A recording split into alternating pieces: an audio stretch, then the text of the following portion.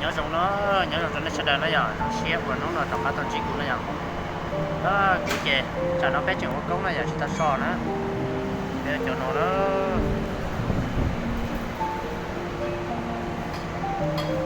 nó chỉ có chỉ về nó thế đó nó chỉ có chỉ nhớ về nó đó đấy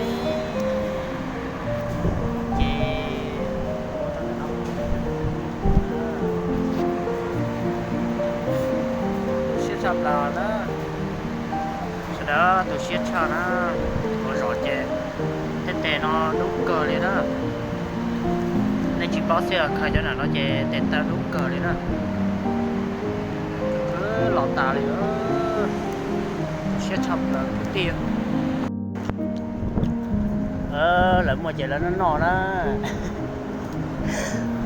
cái chỉ mua chế chiều quá chỉ mua chè chỉ no liền, lại mua chè nó no á, chết sắp là đó, cho nên tí này qua giò món là mất phải nhảy luôn đó, chắc chỉ là no á, tôi sẽ sắp là qua giò chè, để bà tẩy nó này nhở, để nó cái kia chè bé,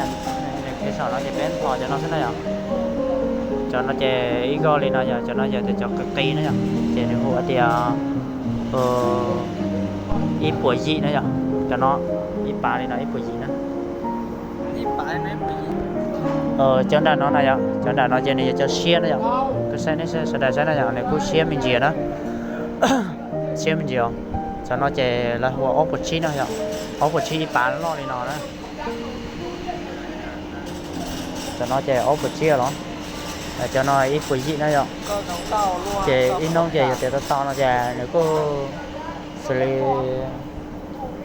tao muốn nành gạo tại ba thế nữa nhở, nành gạo ba nó lo đi nó nhở, tao nành gạo tại ba thế đó, để khai cho nó mà sát tháp là liền nó, sát thì cho nhẹ là tôi uống sao, chè cho máy bên nó này, lấy lá tay cho máy nhấp bên nó này, cho bên nó chè lấy cho lọ búa thì chi thế này nhở, cho nó cho dài thế cho khởi nó nhở, cho khởi thì chia nó, lại qua ốp ba khởi này. Giờ thì là qua giống máy về nó là lấy cụ 24 chia 24 hết nó rồi 24 chia 24 rồi thế vì cho Oppa mong ấy giờ thì lúc máy là lò này mua Oppa hình cả máy thế này rồi để xài tao đẹp lót bán hình này rồi thì lại qua số còn nó chỉ